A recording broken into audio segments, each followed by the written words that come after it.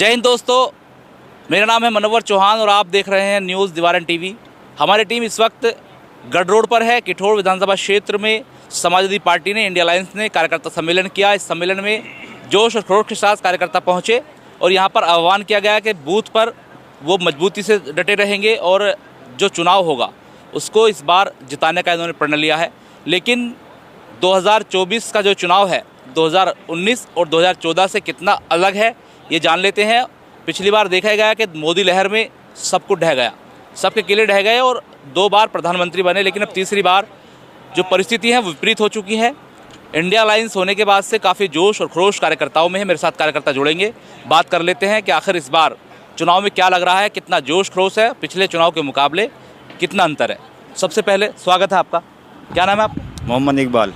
आप कहाँ से हैं? खरखोदा से। खरखोदा ब्लॉक से हैं। खरखोदा से। ये बताइए, पिछले चुनाव के मुकाबले इस चुनाव में क्या लग रहा है, कितना अलग चुनाव है और कितना जोश है कार्यकर्ताओं में?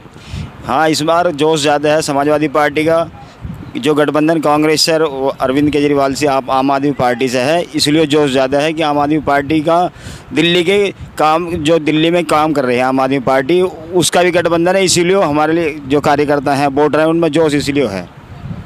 क्या लग रहा है पिछले चुनाव में और इस चुनाव में कुछ अंतर नज़र आ रहा है?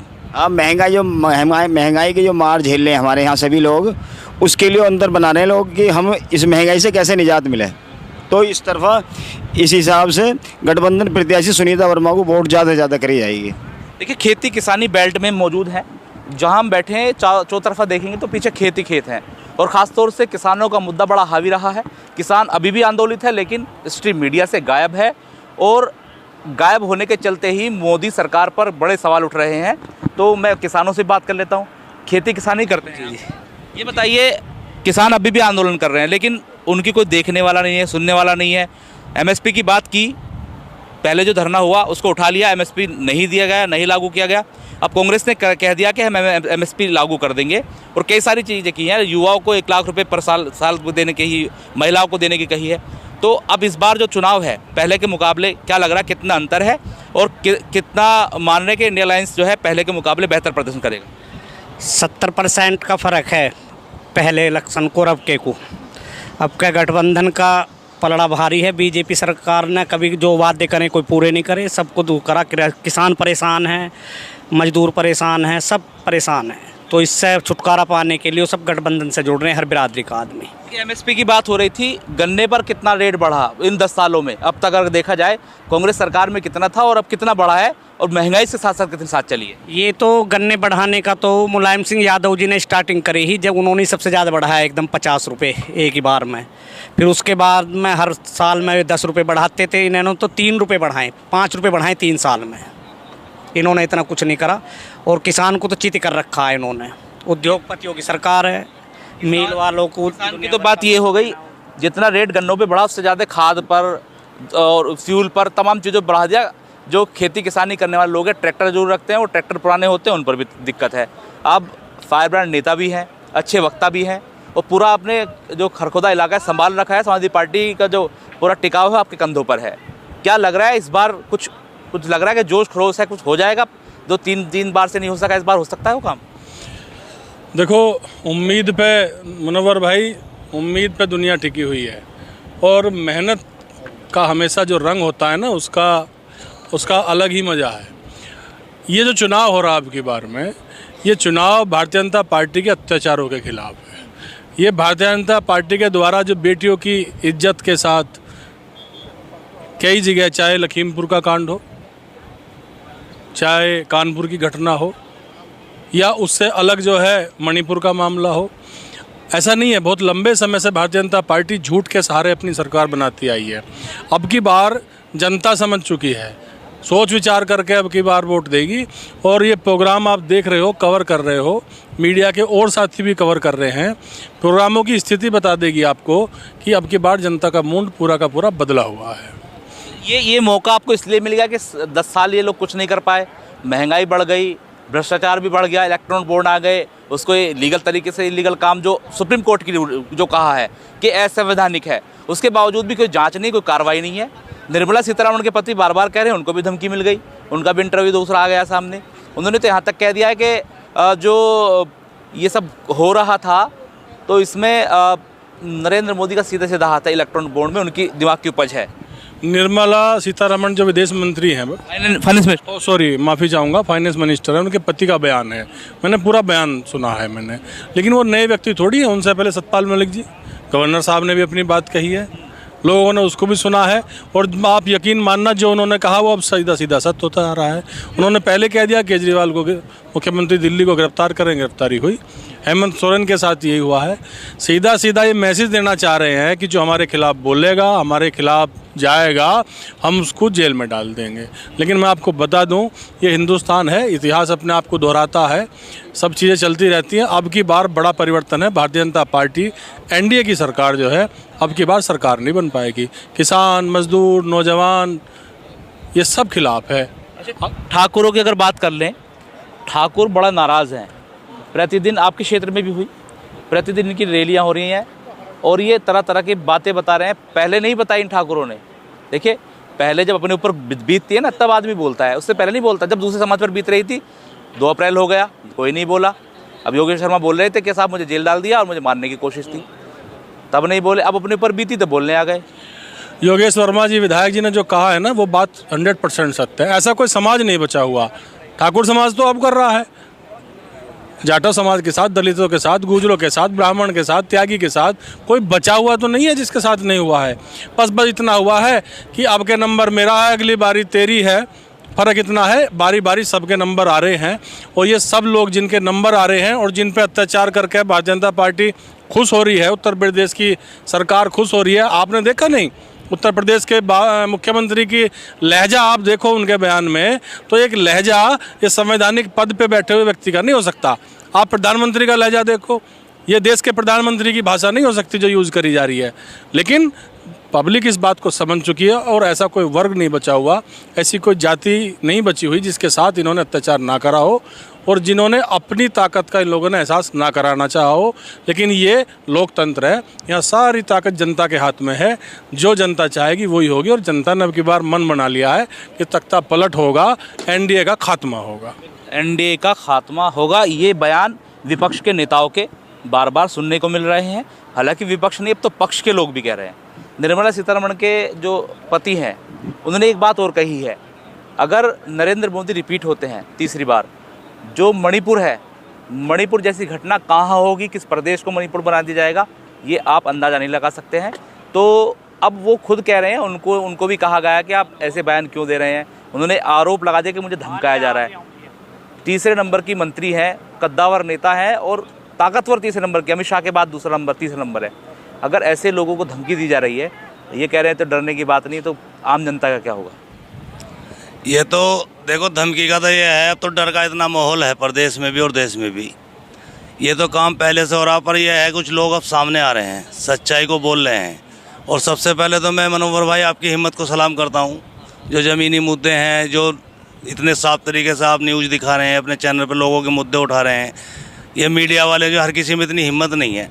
काफ़ी मीडिया वालों पे भी जो हैं उन पे भी मुकदमे हुए हैं, जो सच दिखाता है। मुझे तो आपकी भी बड़ी फिक्र है।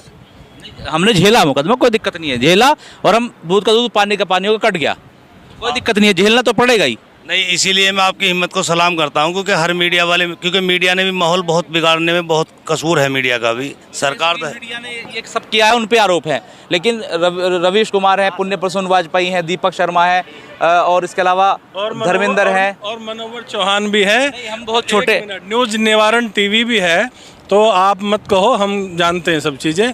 और एक चीज़ मैं आपको बता दूं, आप देख लेना, जो प्रत्याशी है मेरठ के, थोड़ा बात मेरठ हापुड़ लोकसभा पे भी हो जाए, आप यकीन मानना, आप कवर भी कर रहे हैं और जनता से भी पूछ लो। इन्होंने कहा कि ये राम है। क्यों राम है? क्योंकि जिन्होंने रामायण में भगवान श्री राम का किरदार निभाया। मैं आपके मीडिया के माध्यम से कहना चाहता हूँ कि इन्होंने फिल्म एक बरसात भी आई थी, सॉरी बिस्तर, उसको भी गूगल पे सर्च कर ले जनता, पब्लिक के लोग, ठीक है। तो एक बार तो फिर ये बताओ कि अगर उस रोल की तुलना भगवान राम से करी जा रही है, तो फिल्म बिस्तर में जो किरदार निभाया है उसकी तुलना किस चीज़ से करी जाएगी? गाड़ी से श्रीमान उतर नहीं रहे हैं, माला किसी की पहन नहीं रहे हैं, ठीक है, छूने किसी को दे नहीं रहे। एक डायलॉग चल रहा, डोंट टच मी, ये फिलहाल डायलॉग चल रहा है। और भाई हिम्मत इन भारतीय जनता पार्टी के लोगों की भी है, बिना कोई प्रत्याशी पूछ नहीं रहा है, उसके बावजूद भी भागम भाग हैं। लेकिन मुझे लगता है 26 तारीख तक थक जाएंगे और थक के घर बैठ जाएंगे। और सुनीता वर्मा जो इंडिया गठबंधन की प्रत्याशी हैं, वो रिकॉर्ड वोट जो अब तक मेरठ हापुड़ की लोकसभा सीट पे रिकॉर्ड तोड़ वोटों से वो जीत दर्ज करेंगी। और प्रत्येक समाज का, प्रत्येक जाति, प्रत्येक धर्म के लोगों का सम्मान होगा इस जीत के साथ। अच्छा, आप ही के पुराने सहयोगी हैं जयंत चौधरी कह गए साहब निकल ही नहीं रहे हैं। ब्रजेश पाठक आए थे उप मुख्यमंत्री, कह रहे कि हार मान ली, घर बैठ गए। और अब हेलीकॉप्टर आया अखिलेश यादव का आज, कहाँ महसूमा में है। सेकंड, हर व्यक्ति का, हर नेता का, पार्टी का, संगठन का अपना काम करने। आपने कहा ना वो थक जाएंगे, तो आपने शुरू किया है क्या? मैं उसी बात को कर रहा हूँ मैं, कि हर सबका तरीका अलग अलग है, अपना सबका मैनेजमेंट अलग अलग है। जयंत जी क्या कह रहे हैं, भारतीय जनता पार्टी के लोग क्या कह रहे हैं, ये कोई मायने नहीं रखता, सबका अपना अपना कहने का स्वतंत्र है। लेकिन मैं एक बात बता दूं, अखिलेश जी कहाँ आना है, कहाँ नहीं आना है, वो उनके अपने कार्यक्रम है। लेकिन समाजवादी पार्टी का प्रत्येक कार्यकर्ता जब चुनाव में उतरता है ना, तो वो अखिलेश यादव बन के मेहनत करता, अखिलेश यादव के सपनों को, अखिलेश यादव के इरादों को और उनके हौसले को लेकर चुनाव लड़ाता। मेरा सवाल ये है कि जयंत चौधरी प्रधानमंत्री, मुख्यमंत्री, उप मुख्यमंत्री सब एक मंच पर आ गए। अभी राहुल गांधी और अखिलेश यादव कब देखने को मिलेंगे? लोग कह रहे हैं कि वो कहाँ हैं, वो दो हीरो आए थे, वो उनकी फिल्म फ्लॉप हो गई, दूसरी फिल्म फ्लॉप ना हो जाए इसलिए नहीं आ रहे, ऐसा कह रहे हैं लोग। मैं कह रहा हूँ ये कलाकार हैं, भारतीय जनता पार्टी के अधिकतर लोग कलाकार हैं, कलाकारों से इन्हें बहुत प्रेम है और ये इसीलिए दूसरे इनको हीरो लगते हैं। वो हीरो ही है, नेता भी हैं। और दूसरी बात, भारतीय जनता पार्टी के लोगों को जो आप कह रहे हो ना कि नेता वो बता रहे हैं, हीरो बता रहे हैं, वो दो ही लोग हैं इस हिंदुस्तान में। मैं दोबारा रिपीट कर रहा हूँ आपके चैनल के माध्यम से, और हिंदुस्तान की जनता देख भी रही है। दो ही नौजवान हैं जो मोदी के खिलाफ बिल्कुल डट के सामना सीना चौड़ा करके लड़ रहे हैं। वरना तो जिनका भी आपने जिक्र करा ना, दाएं बाएं अगल बगल से पोस्ट सब वहीं लिए उसी मंच पे, एनडीए के पे, मोदी की छत्र छाया में और योगी की छत्र छाया में, वो दो ही हैं। और जल्दी आपको देखने को मिलेंगे। और ये जो जीत होगी ये उन्हीं दोनों की जीत होगी, आम जनता की जीत होगी। आप मेरठ सीट दे रहे हैं निकाल करके? जी बिल्कुल, मेरठ इसमें क्या शक है। मैं भी मन से ये हो रहा था कि हम 70,000 एक्स्ट्रा लेकर चलेंगे यहाँ से। मुझे लग रहा है जो कैंट में आप डाउनफॉल में जाएंगे वो यहाँ से पूरा कर देंगे। कैंट का मुकाबला कोई किठौरी भी तो योगेश वर्मा के लिए कैंट ही है। कैंट का मुकाबला किठौरी करेगा, इस बार जो है मार्जिन बहुत बड़ा होगा। और मैं एक बात पूछना चाहता हूँ मनोहर भाई, बीजेपी का जो कैंडिडेट है, बीजेपी वालों से भी मैं सवाल करता हूँ, हमारा कैंडिडेट हार हो या जीत मगर रहेगा हमारे बीच, ठीक है ना? वो कहाँ रहेंगे? अभी तो उनसे मुद्दे भी नहीं बताए जा रहे कि मुद्दे क्या, चुनाव के बाद उन्हें तो इतना ये भी नहीं पता कि हमारे शहर की समस्या क्या है। अगर मैं उनसे कहूँ कि घंटाघर जाना है, तो अगर वो घंटाघर का रास्ता भी बता दें तो मैं इस बात की भी शर्त रख सकता हूँ किसी भी चीज़ से कि वो कैंडिडेट किसी भी स्तर पर हमारे मेरिट के लिए अच्छा नहीं। आपको तो ऐसा लग रहा है, लेकिन जो राम को लाए हैं उनको लाएंगे, नारा ये चल रहा है वहाँ पर। राम को कौन ला सकता है? जो सबको लाने वाला उसे कौन ला सकता है? राम सबको ले गए हैं। राम सबको ले गए। दलित समाज के लोग भी, इनसे बात कर लेते हैं। कहाँ से आए आप, क्या नाम है? आप ज्ञानपुर से आए जी। आप क्या नाम है आपका? मेरा नाम सेठी है जी। दलित समाज से हैं आप? हाँ जी। आपके लिए तो बड़ी दुविधा होगी, नहीं जी, परेशानी होगी। परेशानी तो है सबके लिए। भाई ये बताइए, एक तरफ कुआ एक तरफ खाई, कैसे बचेंगे? एक तरफ योगेश वर्मा, एक तरफ बहन जी। अब तो हम योगेश वर्मा जी को वोट देंगे। अब तो बहन जी नाराज नहीं होंगी? नहीं, कोई नाराज नहीं होगा। हम तो वोट दूसरी देनी चाहिए ना, जब जीत दिखाई दे रहा अपना। जीत में जा रहे हैं इसलिए। आपका क्या नाम है? गोपाल सिंह है। आप भी दलित समाज से हैं? हाँ। तो ये बताइए, बहन जी का तो अपना कैंडिडेट है, फिर आप योगेश वर्मा की रैली में कैसे दिख रहे हैं? दिख रहा है कि जब हैं ये हैं पहले से, ये बहन जी में थे पहले से इसमें। अच्छा देखिए, ये दलित समाज का प्रत्याशी होने का समाजवादी पार्टी को ये फ़ायदा मिला है। जो जनरल सीट पर उन्होंने ऐसे समाज का प्रत्याशी उतारा, ये फ़ायदा मिला है कि ऐसे समाज के लोग खिंचकर आ रहे हैं और बोल रहे हैं कि योगेश वर्मा तो पहले से ही बहन जी वाले हैं। क्या नाम है आपका? मेरा नाम मोहम्मद सलीम है जी। मैं दलितों से बात कर ली, मेरे पास बराबर में गुजर समाज के बैठे, उनसे बात कर ली, आपसे बात करने आया हूँ। क्या सीट पर क्या लग रहा है, मुस्लिम इकट्ठा हो जाएंगे या फिर बटेंगे? सर, मेरा समर्थन ये है कि मेरे वरिष्ठ नेता दोनों मेरे बड़े आदरणीय ओमपाल गुजर ब्लॉक प्रमुख खरकोदा और जनाब जिला पंचायत सदस्य मतलूब गौड़ साहब ने जो बातें कही हैं, मैं 100% इनकी बात का समर्थन करता हूं। हमारे वरिष्ठ नेता हैं, जो इन्होंने बिल्कुल सारी बातें कही हैं वो बिल्कुल सही कही। सीट दे रहे हैं निकाल के यहाँ से? सीट जो भी कहा है मेरे वरिष्ठ नेताओं ने कहा है, जो बिल्कुल इनकी बात में मेरी बात का समर्थन है। क्यों ये बताइए चाचा, सीट मिल रही है इनको योगेश जी को? सीट तो क्लियर हो रही है जी, सीट को तो कोई रोकने वाला नहीं है, तो फाइनल। वो तो राम जी आ गए हैं, वो रोक देंगे? नहीं, राम जी आ गए हैं तो फिर सारे समाज वोट दे रहे हैं ना। राम जी के खिलाफ सारे समाज हैं, जो ये राम जी नाम से राम जी थोड़ी हो जाएंगे भाई। अच्छा, वो मन से कोई बोल रहा था कि वो राम को लाए हैं, हम हनुमान को लाए हैं। ये तो सब कहने की बात है। राम को कौन लाएगा? राम तो सबको लाने वाला है। राम को ले आए, बेकार की बात है सब।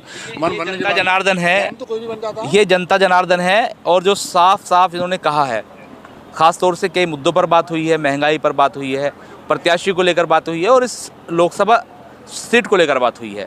तो यहाँ इन लोगों का कहना है कि पहले से रुझान बेहतर आएंगे और उत्सुकता पहले से ज़्यादा है, क्योंकि 2 बार से back to back Bharatiya Janata party repeat हुई है और तीसरी बार इनको ये लग रहा है कि भारतीय जनता पार्टी नहीं आ रही है, भारतीय जनता पार्टी विदा हो रही है, ऐसा इन लोगों का मानना। लेकिन भविष्य में क्या कुछ होगा, तमाम चीज़ें देखने वाली बात होंगी। सहयोगी इरफान के साथ मनोवर चौहान, न्यूज़ निवारण टीवी, मेरठ।